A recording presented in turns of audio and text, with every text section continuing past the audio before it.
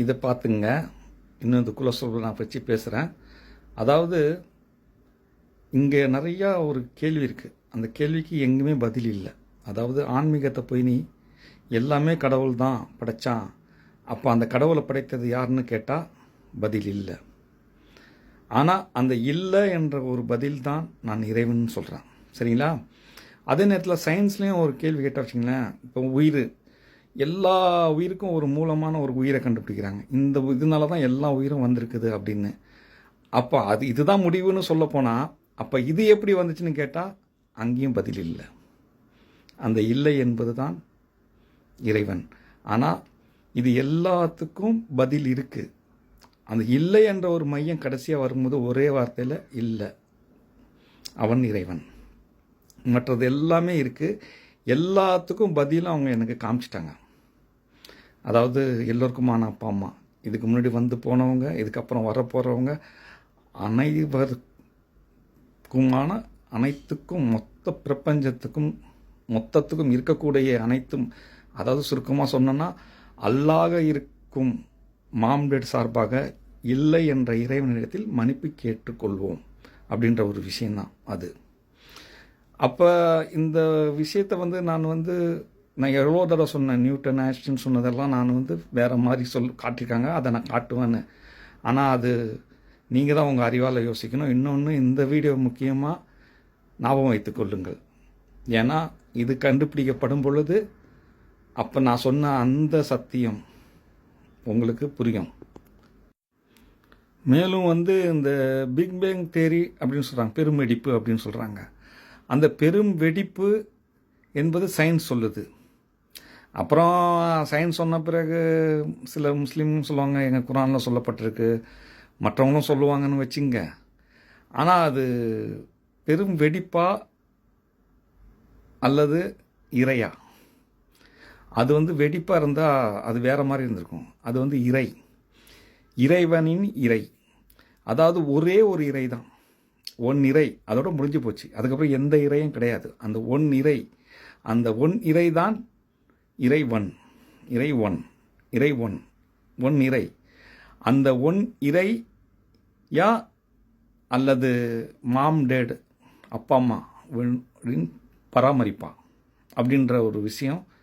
இந்த பிரபஞ்சம் எப்படி உருவாச்சு, அதே மெத்தடில் தான் அந்த ஒரே ஒரு சக்தி, அந்த ஒரு சக்தியால் எல்லாமே உருவாச்சு. அதில் முக்கியமாக நம்மளுடைய கேலக்சியை பற்றி நியூட்டன் என்ன சொல்கிறாரு, ஐன்ஸ்டீன் என்ன சொன்னார், இப்போ நான் என்ன சொல்கிறேன் அதையும் நான் உங்களுக்கு காட்டுறேன். இப்போ இது நல்லா பாருங்கள். இப்போ நல்லா பார்த்தாலும் புரியாது. இப்போ நான் தான் உங்களுக்கு புரிய வைக்கணும். ஆக்சுவலி இதெல்லாம் எப்படி பண்ணணுன்னா, நம்ம நல்லா கிராஃபிக்ஸ் பண்ணி இதெல்லாம் செய்யணும். அதெல்லாம் நமக்குலாம் தெரியாது. நம்ம சாதாரண தான் எல்லாம் வரல. நம்ம ஏதோ கையால் எழுதிக்கிட்டு ஏதோ உங்களுக்கு புரிஞ்சால் சரி. இது பாருங்கள், நியூட்டன் சொன்னது என்னன்னா, இது சூரியன், மற்ற கோள்கள்லாம் தன்னுடைய புவி சூரிய இழுப்பு சக்தியால் இதெல்லாம் கண்ட்ரோல் பண்ணுது அப்படின்னு நியூட்டன் சொன்னார். அப்போ ஒரு லாஜிக்கான ஒரு கேள்வி வந்தது, அப்புறம் சூரியன் எல்லாத்தையும் இழுக்குதுன்னா அது எல்லாத்தையும் இழுக்கணுமே, அது ஏன் ஒரே இடத்துல நிற்கிது அப்படின்ற ஒரு இது வந்ததும், அதுக்கப்புறம் ஐன்ஸ்டீன் என்ன சொன்னாருன்னா, இல்லை, இங்கே ஸ்பேஸ்க்கு வளைவுத்தன்மை இருக்குது, நிறைய கொண்டு அது தன்னை வளைஞ்சு அந்த இடத்துல அதை நிற்க வச்சிடுது, அதனால தான் அப்படி நிற்கிது அப்படின்னு அவர் ஒரு கணக்கு போட்டார். அப்போ அந்த கணக்கு சரியாக வந்தோன்னே இதை எல்லாரும் இந்த உலகம் ஏற்றுக்குச்சு. இப்போ இந்த விதி தான் இன்றைக்கி எல்லாம் உலகம் நம்புது, ஐன்ஸ்டீன் சொன்ன விதி. ஆனால் இதுலேயும் நிறையா லாஜிக் இருக்குது. இருந்தாலும் அதுக்கு நான் வரல.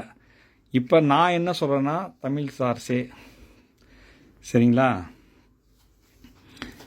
இது ஒன்லி ஒரு புஷ்ஷிங் பவர் தான். இது ஈர்ப்பு கிராவிட்டி சக்தி கிடையாது, புஷ்ஷிங் பவர். அதாவது இது எப்படி செயல்படுதுன்னா, இந்த ரெண்டு சக்தி இருக்குது. இந்த சூரிய ஒளிக்கும் ஒரு தள்ளுற சக்தி இருக்குது. அப்போ இதை சுற்றி அந்த இருளாக இருக்குது பார்த்தீங்கன்னா, டார்க், அதுக்கும் ஒரு தள்ளுற சக்தி இருக்குது. இந்த ரெண்டு சக்தியும் தள்ளும் போது ஒன்று சக்தி தரும்போது இது போய் இங்கே இடித்து திரும்ப வரும், இது போய் இடித்து இப்படி திரும்ப வரும். இப்படி வர்ற இந்த இதில் தான் இந்த தள்ளுற சக்தியில் தான் இது எல்லாமே இயங்கி கொண்டு இருக்குது. இது இயங்கிறதுனால அதுக்கான பாதை அதுக்கு கிடைக்கும் போது அங்கே ஒரு ஸ்பேஸ் வந்துடுது. அப்போ ஐன்ஸ்டீன் சொன்ன ஸ்பேஸ் இது. ஆனால் அவருக்கு அந்த ஸ்பேஸ் எப்படி வருது அதெல்லாம் அவர் சொல்லலை. அதே மாதிரி இங்கே போய் இது இடித்து திரும்ப இது வர்றதுனால இங்கேயும் புஷ் ஆகும்போது இதுக்கும் ஒரு இழுப்பு சக்தி இருக்குது. இதுக்கு ஆனால் இது எல்லாமே செயல்படுறது ஒரே சக்தி, தள்ளும் சக்தி, புஷ்ஷிங் சக்தி. இந்த சக்தி தான் பிரபஞ்சம் இயங்கி கொண்டு இருக்குது. இப்போ இது நான் சுருக்கமாக சொல்லிட்டேன். இது எக்ஸ்பிளைன் பண்ணி கூட காமிக்கலாம். அதுக்கான பொருட்கள், அதுக்கான ஆட்கள் இருந்தால் அதை அப்படியே காமிக்கலாம், இப்படி தான் இது செயல்படுது அப்படின்னு.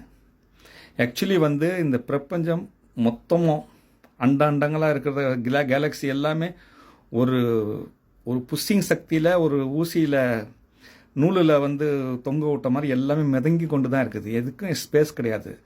அந்த ஒரு சக்தியால் எல்லாமே அந்தந்த இடத்துல நின்றுட்டு அந்த ஆப்போசிட் ரெண்டு தள்ளும் சக்தியால் எல்லாமே இயங்கி கொண்டு இருக்குது.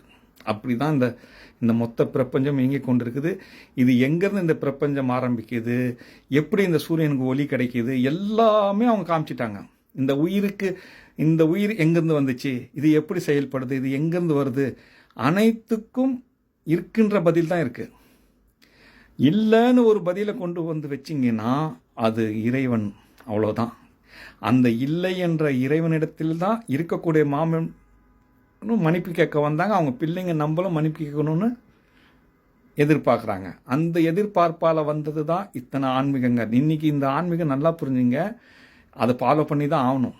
முஸ்லீம் தொழுணுன்னா தொழுது தான் ஆகணும். அப்போ தான் அந்த நரகத்தை தப்பிக்கலாம். நரகத்தை தப்பிச்சா அப்புறம் எல்லாம் சொர்க்கம்தான். இப்படி ஒரு ஆன்மீகத்தான் நான் 10ஆம் அவதாரமாக இந்த வீடியோ பண்ணிகிட்ருக்கேன். நான் ஏற்கனவே சொன்னேன், இதை நான் சொல்லுவேன்னு சொல்லவே இல்லை. இதையும் சொல்லிட்டேன். இன்னும் நிறையா இருக்குது சயின்ஸு. பூமி எப்படி செயல்படுது, பூமிக்கு ஈர்ப்பு சக்தி இல்லை, அது எப்படி அது நடக்குது, இதில் என்ன சீக்ரெட் இருக்குது, அதெல்லாம் என்ன சொல்கிறதுன்னு எனக்கே ஒன்றும் புரியல. அதெல்லாம் விவரிக்க முடியாது. நீங்கள் தான் கவனிக்கணும். கொஞ்சம் தமிழ்காரங்க நீங்கள் கவனித்து தான் இந்த உலகத்தில் போய் சேரணும். இது நான் சேர்றதுக்கு இல்லை. ஆக்சுவலி மாம் டேட் அவங்க தன்னை அறிமுகப்படுத்திக்கிறாங்க. எல்லா மதத்துலேயும் இந்த மாம் டேட் தேவைப்படுறாங்க.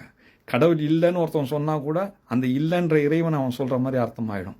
இருக்குன்னு சொன்னால் அது மாம் டேட்டை சொல்கிற ஒரு அர்த்தத்தில் வந்துடும். மொத்தத்தில் அல் என்ற மாம்டேட் சார்பாக லா என்னும் இறைவனிடத்தில் மன்னிப்பு கேட்டுக்கொள்வோம். ஓகே, பாய்.